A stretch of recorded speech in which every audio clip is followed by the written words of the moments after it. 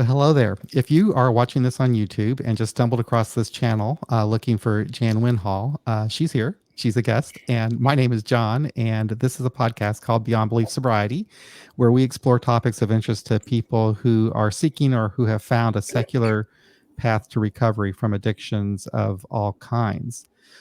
Jan is the author of Treating Trauma and Addiction with the Felt Sense Polyvagal. Is that right? Polyvagal. Polyvagal model, a bottom-up approach. She is the director of Focusing on Borden, a training center for therapists and focusing practitioners. And she is an adjunct lecturer in the Department of Social Work at the University of Toronto. Jan, welcome to Beyond Belief Sobriety. I'm really excited to have you here and to learn more about your work. Thank you, John. I think where I'd like to begin is there's a lot of initials after your name. I wonder if you could tell me what those are. MSW, RSW, FOT? Well, it means that I'm a clinical social worker, with Okay. a master's degree in social work, and the RSW just means that we're registered. So that's a way of managing quality, I guess, control. We're parts of a college. Okay. And FOT stands for Focusing Oriented Psychotherapist. Gotcha. Okay. And you started your career, I guess, working with a group of women who survived an incest. Yes. And that, I guess, really informed your view of addiction and brought you to where you are today, noticing that these women were displaying they were harming themselves physically as a way of dealing with their trauma. Yes. And can you talk a little bit about how those early experiences informed your understanding of addiction today, if it has, in fact? Yes, and you're right. I start the book with a description of these young women that I was working with, and I was working in a psychiatric setting in a general hospital, but on the psychiatric ward. And the women, through that psychiatric lens, were seen as having disorders and were really labeled in a very negative way. Often with diagnoses of, borderline personality disorder and whatever. And I tried to just let go, to just be with these women with fresh ears, I call it, just to listen to what they were telling me without laying on that diagnostic and statistical manual diagnostic system. And what I heard them telling me quite clearly was that these behaviors that they were all engaged in were helping them. And they didn't understand why or how. But together, we began to sort through what that was about. And that was in, over 40 years ago, in the early feminist therapist days of working with women in trauma. And we knew back then that there was something about those behaviors that brought women from a flight-fight state in the autonomic nervous system down into a state of shutting down and numbing, and or it would propel them back the other way. And we knew that by listening to what they were saying, and I could see in their bodies these shifts in states, from that hypervigilant place that we all know, right, of pumping adrenaline, Mm-hmm. To the way in which addictive behaviors can then numb us and bring us into a more dissociated state. So that's how it started. And you describe addiction, I guess, from that as something that helps us in the short term, Yes. but in the long term doesn't work and causes harm. But it's just a behavior that we're not able to get out of, that we can't stop. And that is a different way of thinking about it for, I think, a lot of people, myself included, when I think that we were taught from a really young age to focus on some substance as being what causes an addiction. Mm-hmm. It's a really different way of thinking about it. Yes, to not talk about even so much, it isn't even so important what it is. Right. What's really important is how it activates this process in the autonomic nervous system. And, I came across these studies that Bessel van der Kolk did with war veterans, where he was able to, and actually before that, even with a fellow named Bleacher. And what they noticed was that when people that had a history of post-traumatic stress were subjected to violent movies, he showed them Platoon, that their bodies actually excreted endogenous opioids, and they were able to test this through how long they could keep their hands in ice water. And so what they discovered was that they were tapping into this way in which the body, when we engage in these addictive behaviors that are self-harming, the body excretes these endogenous opioids. It protects us. Interesting. It's fascinating. It helps people to really make sense out of behaviors that we're taught are, in a lot of times would be framed as masochistic. But in actual fact, if we relocate the treatment and the thinking and the conceptualizing into the body and not in cognition, if we go into the body, we start to notice that the body has a natural way of healing itself. And when safety isn't available, the body goes into these states of defense. And then I see addictions as ways of propelling us from flight, fight to freeze, and then shut down, and then back again when safety isn't available. Okay. And safety how would you define that? Yeah. Safety. Is that just like the environment that you happen to be in at any given time? That is a huge question, isn't it? What is safety? And really, in many ways, there is no such safety, especially now in the world with the pandemic. But we do need to psychologically have a capacity to find a moment of safety in time. This is very important because that's in that state, we're able to think clearly, and we are able to heal and avoid illness. So this gets us into polyvagal language. And polyvagal theory is a new theory that Dr. Steve Porges has authored. It's complex, but you can break it down and make it more and more simple and digestible with time. So polyvagal theory is about the autonomic nervous system. And that's the part of our body, our process that keeps us notice whether we're safe or not. And if we don't feel safe inside, we feel threat, then the body goes into these states of mobilizing to try to help us, right? Right. So it's a very unconscious, instinctual sense of, am I safe or is there a threat? I mean, after all, we're mammals. Right. We're animals. Right. And so when we're in this safe place, this vagus nerve, which is all about polyvagal theory, it's the 10th cranial nerve, and it really carries this information about how safe we are from the body up to the brain. Okay. And it's a very unconscious process, right? We don't think to ourselves, oh, something just happened and now I'm unsafe and I have to run. Right. It just It's happens. just how we evolved. It's just like a Yes, mechanism it's for how we survival. evolved in terms of evolution. Yeah.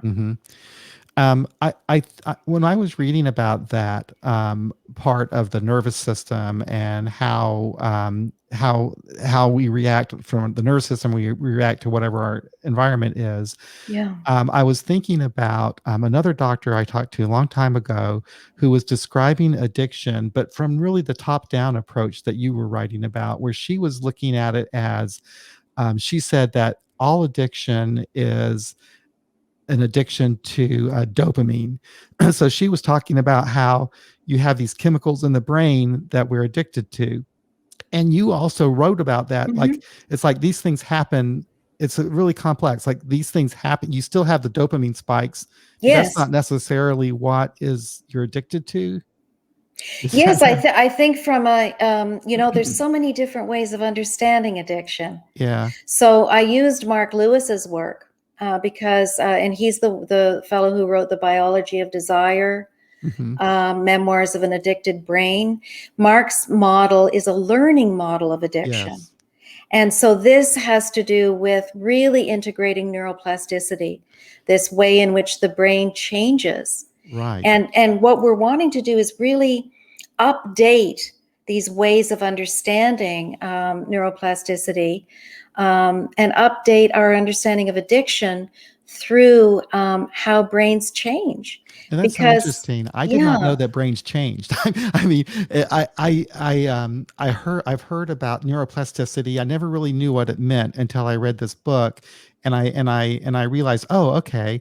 So what she was saying about how your brain is diseased because it's changed isn't yes. necessarily true, because the brain is supposed to change. Well, this is the shift, right? It's like what the medical model would say is that when they often talk about addiction as a brain disease, they say, well, it's a disease because the brain changes. Hmm. And then when I started really reading more and understanding Mark Lewis's work, he said, well, brains always They change. always change. This is neuroplasticity. And part of the problem is that our ways of understanding addiction are often not really updated. Mm-mm. You know, they're old ways of understanding that the brain is completely developed when we're born, and Hmm. that's just not true. And what really made sense to me, John, was when I read Mark's work, and I met with him too, and he said brains look exactly the same in an addicted state as when you're in love. Yeah, I thought that was interesting. And we can all of us, even those of us who've never really even struggled with addiction, what it feels like when you're Yes. falling in love, and you've got that, it's the dopamine hit Hmm. and oxytocin. Hmm. It's like you think about the person all the time, you can't stop thinking about them. The phone rings and you hope it's them, and you get a little surge of excitement and dopamine. That's what addiction feels like, right? Right. Yes. And so there's another way of understanding that um, addiction is a learned behavior. Hmm. It's more than that, and it's other things, but it is very much that. And the brains keep changing. So we can develop, what's really exciting is that we can develop these, what Steve Porges calls neural exercises. But it's ways of working with neural pathways in the brain, like meditation, Hmm. like even things like playing the piano, Right. going for a walk, being with friends. These are practices. They're drawing, painting, writing, that bring us back into that grounded place in the body and in the nervous system. I'm a very visual person, so Hmm. I made a graphic of this that maybe we could share. Okay. Okay. And it helps people to be able to see where they are. What Okay. state are they in their nervous system? Okay. Let me share that real quick here. And there we go. And I'll just share it bigger there. Beautiful. There you go. Okay. Yeah. So just a very visual person. And so I started playing around with symbols as ways of illustrating the nervous system. And this way we can really help people and ourselves to orient. I call it orienting to the map of the nervous system, and understanding that this is really crucial and very, very key to understanding the nervous system and polyvagal theory. What state we are currently in defines how we experience the world. So if you look down at the bottom, flock, I made it simple. I made Hmm. it 6 Fs. Because I started with a clinician model, and they went, oh, Jan, Yeah. what is this? So I said, Yeah. okay, let's work with me. And so we made it into 6 Fs.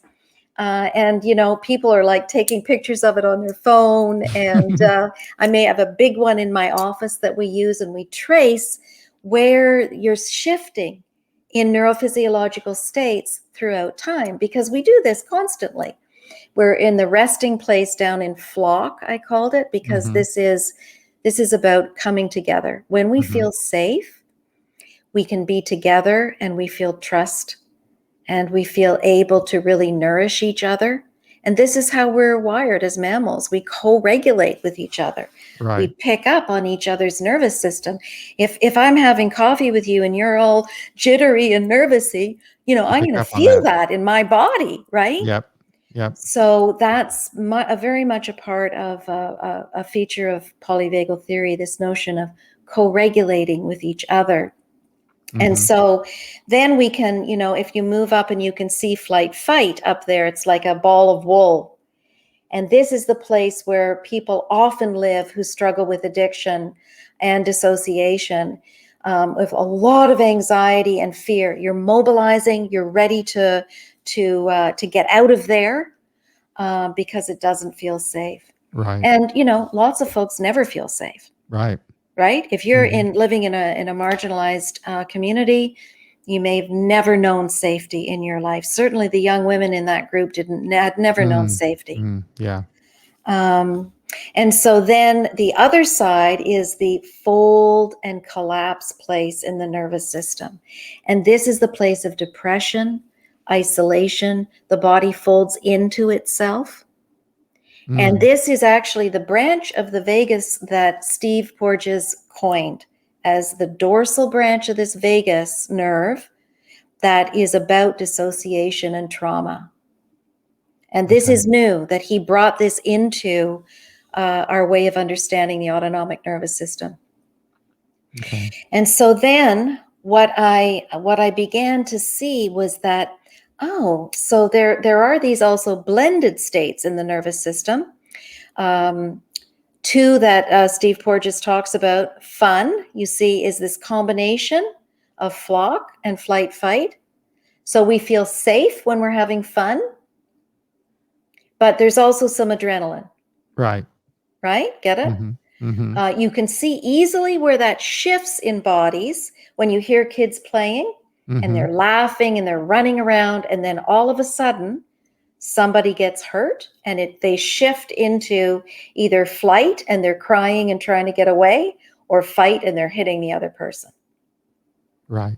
Yeah. So there you can see how bodies work very clearly, right? Right. And then on the other side is flow.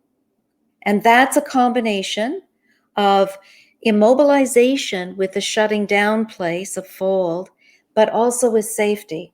So it's not a dissociative place, a numbing place. It's the place where we have our practices of meditation, or I practice something that I teach called focusing, which is working with that kind of intuitive felt sense in the body Hmm. of what's happening to us and Hmm. for us. And then up at the top is freeze and fixate. And this is the state of addiction, where these behaviors propel us from flight fight to fold or back again. And addictive behaviors are very efficient at doing this, Hmm. right? They Yeah. really do the trick. They do. They They do. really do the trick. And they're adaptive, because Yep. if you're in a maladaptive environment and you're living at the top half of this graphic, you have no choices but to find something that's going to help you to survive. What it for you is unbearable pain. Right. No, that makes sense. Whatever that is. And it doesn't, it can be unbearable pain because your parents ignored you. Right. Or they did their best, but they didn't understand you. It's it doesn't have to be some, really once in a lifetime horrible event. Trauma is, it's with us, and it occurs sometimes, in very circuitous ways. Right. It's a very interesting topic. I've been hearing about it on the periphery. I have a friend of mine who is really into it, Angela, who's on this podcast a lot, Ah, very interested in the trauma. And then a couple weeks ago, we watched Gabor Mate's film, yes. and that was really interesting. And he mentioned that trauma can be just being a baby and your parents not picking you up when you're crying. So Oh yeah. and he talked also about the intergenerational aspect of Yes. trauma. And Yes. I Yeah. started thinking about all kinds of things. Just the way our society is set up can be traumatizing for large groups of people. And it's just it's yeah, Absolutely. Yeah, this. Absolutely. Yeah. I love Gabor's work. He's great. And he also really relates to polyvagal theory and gets it. It's very complementary, the work. Mm-hmm. Um, yeah. Yeah, it's a completely different way for me to think about this. So I got interested in, well, I got involved with recovery when I was 25, and I'm 59 now. So it tells you how long I've been doing that. And so back at that time, I was doing that 12-step thing, and it was Yeah. really interesting to see what you wrote about that too. And Mm, it's kind of frustrating that that model, it seems to be the most common model to try to help people, but it's not the best model for everybody.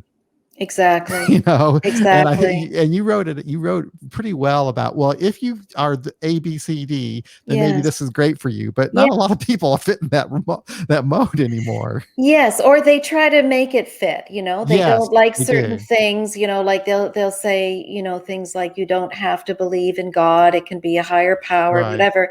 But part of the problem I find is often clients will say, but I went to a meeting and they were praying and I don't pray. right. And so I I And that makes you said, not feel safe. That's no, not that's a totally. safe I said it's environment. like saying you accept vegetarians and then serving meat for dinner. Right, It doesn't feel good. You feel unseen. You feel that somehow it's not consistent, the message, right? right, right, So it's a wonderful thing, and I don't begrudge it to anybody when it works for you. It's wonderful. There's right. so many features about it that are great. Accessibility for one thing, and the practicing with a sponsor and whatever. Sure. But the problem is that we're stuck in kind of like this is it, Right, and this is not it. right, There's many ways of understanding addiction and many different ways that people need to be in more somatic embodied practices. right. So this brings us to the felt sense piece of the model. And that comes from Gene Gendlin's work on focusing, and such beautiful work where he noticed these shifts in the body when he was studying people that did well in psychotherapy. He asked them, well, what kind of worked for you? And he noticed these silent places where they were able to really go inside and touch into their felt experience in the body. And the shifts that would come, I began to appreciate as kind of shifts in the body that were shifts in neurophysiological states. Mhm. Do you know of any resources, possibly that maybe I could link to later, that could help people learn maybe how to tap into Yes, that felt sense? absolutely. Okay. So I talk a lot about it on my website, Mhm. janwinhall.com, and I teach focusing and Mm. focusing oriented therapy. And then there's also the wonderful, the International Focusing Institute. Mhm. And they have all of Gentlin's work in the library there. And it's also in my book, the website. Okay. Yeah. And that's all about really kind of understanding what your body is feeling now at Yes. this time. Mhm. Yes. It's a little bit like if we were friends and I had a problem. I woke up in the morning and I thought, ugh, I've got this like sick feeling in my stomach and I'm tight in my chest and I was going to go to the gym, but I just feel awful. And I call you up and I say, let's go have coffee. Mhm. And we come together and you know how to listen to me without interrupting, without judging. And you know how to really help me to hear what's going on for me in this tightness in my chest. And I kind of take a moment to go inside to my body and I notice the tightness. And then I just get curious about what's going on in my life, what's happened over the last week or so. And then usually, something we know in this unconscious, implicit place, we know, oh, I had that horrible fight with my boss. And then I tell you a bit about the story. And if you give me a sense of compassion with no evaluation, and I can be with that uncomfortable place inside and really recognize it and honor it, honor my feelings, and you can keep me company by co-regulating with compassion, very often something starts to shift, right? Mm-hmm. The stomach feels better, the tightness loosens. And I think that's a loosening that moves us often from the sympathetic branch of, down into a resting place of safety. Right. And Isn't then we that feel interesting? better. We feel better. It feels like magic, but it's not magic. Yeah. It's how bodies work. Yeah, and I find it so interesting that, and I've always kind of thought about this, that so often we forget that the brain is an organ of the body and is connected to the body. And it seems like oftentimes that we think that the brain is something different and not somehow connected to the rest of the body, but it's just an organ, just like any other organ, you know? Yes, and it and So, it, it has, branches and features that go throughout the body. yeah, And 80% of the information that comes up to our brainstem is visceral. It's bodily yes, information about that's why guts get activated with stress. right. Heart rate goes up with stress. That's why biofeedback is often very helpful too, right? Because you're teaching people to become more aware of their body and through breathing. Hmm. So, again, a very simple practice that we can do that activates that calm ventral branch of the vagus nerve that brings us to safety is just something like breathing in for 3 and breathing out for 5. Right. When you extend the exhalation breath, it activates that part of the vagus nerve, which is above the diaphragm and up into the face. Yeah. Yeah. Yeah. Well, I've always, and I have, and I know I'm not different. Other people have experienced this too. They will experience depression in a physical way. You can Yes. feel it physically. Yes. Well, yes, absolutely. If you look at the model, you look at fold and shutdown, Yeah, that's depression. And yeah, depression is physical. yeah, All of the states in the body are physical. yeah, Yeah. yeah. You It's feel just what? You feel, John, like sluggish? right. You feel Yes. immobilized and kind of like pulling in and Hmm. isolating and Hmm. not wanting to move. You're Right. immobilized. A real tightness in the chest is what we would feel is a real, yeah, just a physical sense of being depressed. It's not something that's just a thought. It's just No. yeah, And it's a when the very tightness comes as well, you end up with this hybrid state of some anxiety and then exactly. also this dorsal folding in, collapsing place of immobilizing. And so Exactly. then we can learn these exercises, these things to do when we're in these different states that help to bring us back to flock, Yeah. back to grounding. So, for example, when you feel this sense of depression in the dorsal branch of the vagus, which is below the diaphragm in the body, we want to just go to bed. But the Mm-hmm. very thing that we have to do that I tell clients is you have to override your autonomic nervous system and get your butt out of bed. Isn't that interesting? Get I find that moving. interesting because well, just from personal experience, I had a therapist many years ago. He's an older man. He's long deceased, and probably Mm, back in the 1940s or 1950s, he worked in a mental hospital with depressed patients, mm, and he found that just keeping them active, yeah. if they were just painting walls or doing anything, helped with their depression. And he Yes. always encouraged me that even if I felt like just laying down or retreating or whatever, to force yourself to go for a walk, to do something like Well, that. he was on to something. Yes. He was Yeah. on to mobilizing because when we're immobilized, we're really we've surrendered. We've given up. Because when we go to flight fight, there's hope. It's like, okay, what are we going to do to get Right. Yeah. out of here? Makes sense. Yeah. But when the body shifts Ah, you've neurophysiologically given to up. dorsal, you've surrendered. You're playing dead. Oh boy, that You makes so much can't sense. run and you can't flee. You can't escape. So then the body goes to hibernating to try to Yes. survive. Yeah, it's Yeah. really helpful to remember that we are mammals, that we that Yes, we are just like the other creatures on the planet, we are. because it makes sense, when you observe them and yes, I'm like you, I'm and that's like exactly what I would you. do. Yeah, Yeah, and we can really see it with our pets, with dogs and I know. cats, and we see how they behave, and when our little pets look into our eyes, It's I like, know. wow, we're really connecting there as mammals, right? Yes. And they Yeah. bond with us. They co-regulate with us. If Yeah. we're upset, they get upset, Yeah. just like Now, with our I was thinking children. about that as I was reading, I was thinking about that, how, I know if my dog is angry or worried or afraid or whatever, you Yeah. know, just like Yeah. I would with us. Yeah. So I was wondering, I'm just kind of curious to get your opinion on before we leave, the maybe the collective trauma that Yeah.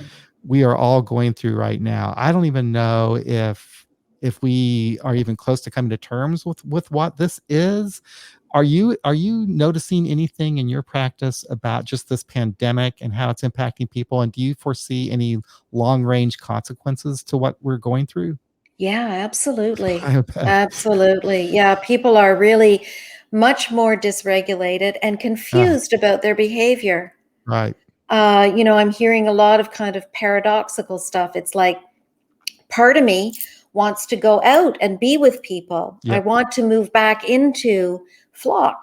Right. And Yes. the There you other go. part of me is just so used to being in this folded down, isolated state. Wow. And Yep. I'm shifting back and forth, having to kind of, and I've noticed this in myself, Yes. having to kind of force myself to go and see my friends, which I'm Isn't that thinking, what? interesting? Is there something crazy about me? Right. And then once I get there, one of my friends the other day, she became closer to me physically because we've both been double vaxxed, and she said, "Now I remember how much I miss you." Hmm. Whereas when we hunker down in more of a dorsal place, we're just isolating to try to Yeah. cope. And so, yeah, I mean, it's a very rich time to understand ourselves through our autonomic nervous system, because that's all about how do we stay safe. And that's the agenda right now, Yes. Well, right? it's really interesting in the recovery community. So we all went online, and everybody was Yeah. having their meetings online. Yes. And for those of us who could stand it, I'm not one, but Mm. so they were meeting online. And then as things were getting better, and now they're not better anymore, but as things were kind of getting better, Mm. and people were getting vaccinated, we thought we were going to go back to meeting again. But did you know that going back was not as easy or as successful as we imagined it would be when we first went into isolation? I guess it Yes. was not that easy to break out of our new environment of just being, isolated from everybody. Even though we Yes. liked being with people, it was not just like automatic Yes, that we're going to go. because the body has shifted into more of that dorsal state, which Yes. is dangerous with addiction. Yeah. Because you can see, in the model that addiction is the opposite of the Right. state of flock, right? It's not about socially engaging with other people, it's about engaging with what you're addicted to. Right. So the group is very important. And yeah, people are finding it hard to shift out of that state of immobilization and isolation and back into engagement. And this is where we have to really talk to ourselves to say, we need to do it. We just have to tell ourselves, you got to go. Yeah. And then we feel better too, usually when we go. Yeah. So I think it's just an interesting lesson that I just had this feeling that I just know that everything is changing, and when this passes in some way, it's not going to be as simple and easy to go No. back to whatever the normal was or the new normal will be. Yes. It's going to anyway. Thank you for your thoughts on that, because I find that to be kind of an interesting subject and something that's pretty relevant to everybody right now in the world. So, Absolutely. Yeah. Yeah. Absolutely. well, is there anything that I missed that we should have covered with this topic? The one thing I want to say is that I think in many ways, what's starting to really surface in terms of the lack of safety in the world, when we're given messages like go home and stay safe, and we don't have a safe home to Oh go God, to, yeah, that's right. um, you know, marginalized groups are really coming forward, and it's really speaking to, um, how dislocated, how alienated we really are in the world. Yep, And the good news about that is that it's coming forward. right. What we do with it depends a lot on how much safety we can create in our own selves and in our communities to be able to reach out and really be there much more for each other, right? Yeah, absolutely. Here's hoping. Here's hoping, yeah. So I will be optimistic, and people that do work like you do is going to be very, very helpful for how we do think about this in the Hmm. future, because it's going to be a big deal. So Yeah. thank you, Jan, for your work, and thank you for all the media appearances that you're doing. I mean, that's getting. It's really important to get this word out like this. It's very helpful. It's hard, it's like when you have 3 minutes on breakfast television to do what we just did in what I don't know. Oh God, John, honestly. But it's such an incredible privilege and opportunity to get that word out, right? Yeah, and Yeah. thank you. It'll be great for the listeners of this podcast because they are looking for science and evidence based Oh yeah. ways of dealing with addiction, and the this subject of trauma is coming up in our community all the time now. So it's Yeah. what everybody's The worlds are starting to hmm bridge, and this is really my mission, is to bridge those worlds of trauma therapy and addiction. Yeah. And I Yeah. really do think I see even in my own little circles the kind of the 12-step kind of model losing its kind of attraction with a lot of people anyway right now. Hmm. Because we're all kind of coming together, and it doesn't really work so well on in an online type of place anyway. It's Hmm. really kind of for the better that we're kind of just, in my opinion. But Yeah. again, for those that it's good for, that's great. Anyway, Yeah. Yeah. enough said with that. Yeah. Anyway, so So I I'm hope gonna people will come find me at janwinhall.com, and you can buy my book there. And there's lots of things going on. I'm running groups and using the model to understand, this process of what we're calling unfolding. right. Yeah. So, and I will put that in the show notes so that people can find you. And with Okay. that, that is another episode of Beyond Belief Sobriety. Thank you so much for listening. If you'd like to help out our podcast, you can do that by just going on over to our website, beyondbeliefsobriety.com, and clicking on the donate button, or going over to patreon.com/beyondbeliefsobriety and becoming a patron. If you can't do that, that's okay, because we're going to keep doing this anyway, because I just like talking to people like Jan. And thank you, Jan, so much. I really Thanks appreciate you so taking much, the time. Sean. Thanks for having me.